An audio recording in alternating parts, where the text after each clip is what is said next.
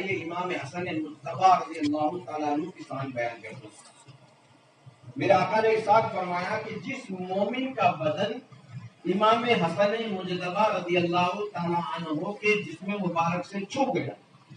جس مومن کا بدن امام حسن مجتبی کے بدن سے جسم سے چھو گیا، سرکار فرماتے اس پہ جہنم کی آگ حرام ٹچ ہو گیا۔ امام علی مقام کے جسم مبارک کو جس مومن کا جسم ٹچ ہو گیا اس پر جہنم کی آگ حرام۔ اور آقا نے ارشاد فرمایا کہ میرا بیٹا حسن 2 مسلمان گروہ میں صلح کرائے گا۔ اور امام حسن کون ہے؟ کہ امام حسن حضرت امام حسین رضی اللہ تعالیٰ عنہ کے پیر و مرشد ہے۔ امام حسین کس کے مرید تھے؟ امام حسن رضی اللہ تعالیٰ عنہ کے۔ اور امام حسن رضی اللہ تعالیٰ عنہ کا چہرہ مبارک آپ ہو بہو ہم چھوی نبی کریم صلی اللہ علیہ وسلم سرکار کے چہرے مبارک سے آپ کا چہرہ مبارک بالکل ملتا تھا، ماتھے سے لے کر ناف تک سرکار کا چہرہ مبارک امام حسن مجتبی رضی اللہ تعالیٰ عنہ سے ملتا تھا، اور ناف سے لے کر پیر تک امام سرکار کا جسم مبارک امام حسین رضی اللہ تعالیٰ عنہ کے جسم مبارک سے ملتا تھا۔ جب اللہ کے رسول صلی اللہ تعالیٰ علیہ وآلہ وسلم دنیا سے ظاہری رخصت پا گئے اور غالباً 3 یا 4 دن تھا، تو نبوی شریف میں تمام صحابہ جمع ہے اور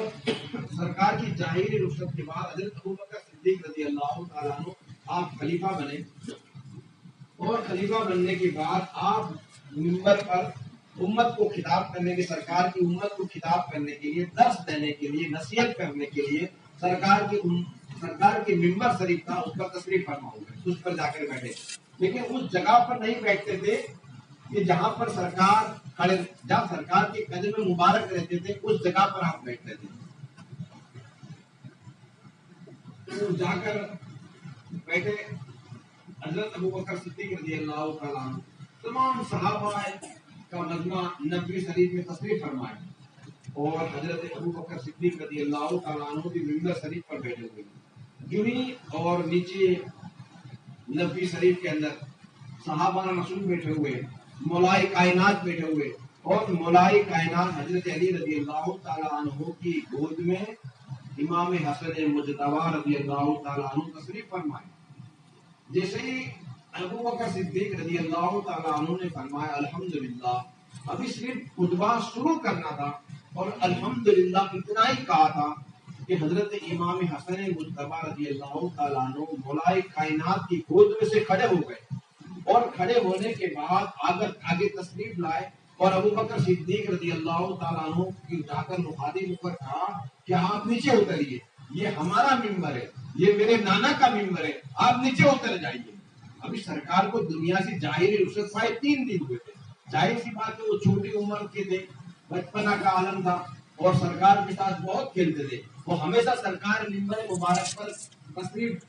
رکھ کر خطبہ ارشاد فرماتے تھے، اس لیے بچپنے کا عالم تھا۔ حسن مجتبی رضی اللہ تعالیٰ عنہ آئے اور کہا کہ آپ نیچے اتریے، یہ ہمارے نانا کا ممبر ہے، ہمارا ممبر، آپ نیچے اتر جائیے۔ یہ کہا تو ابوبکر صدیق خلیفہ رسول آپ ممبر سے نیچے اترے اور ہاتھ باندھ کر اپنی گردن کو جھکا کر امام حسن مجتبی رضی اللہ تعالیٰ عنہ کے سامنے کھڑے ہو گئے۔ جسے کھڑے ہوئے مولائے کائنات اپنی جگہ سے فوراً کھڑے ہو کر آئے اور کہا کہ ابوبکر صدیق آپ برا مت ماننا، یہ اس کا بچپنا ہے اور سرکار کے ساتھ ہمیشہ یہاں پہ آتا تھا، اس لیے اس نے ایسا اس کے آپ سے کہا ہے۔ ابوبکر صدیق رضی اللہ تعالیٰ عنہ فرماتے ہیں کہ میں کچھ کہنے کے لیے نہیں اترا، بلکہ میں یہ کہنے کے لیے حاضر ہوں کہ امام حسن مجتبی رضی اللہ تعالیٰ عنہ یہ ممبر بھی آپ کا ہے اور یہ ابوبکر بھی آپ کا غلام ہے، ممبر بھی آپ کا ہے اور ابوبکر بھی آپ کا غلام ہے، آپ کا ہے۔ یہ صحابہ رسول اہل بیت کو اپنے کندھوں پر بٹھا کر گھومتے تھے،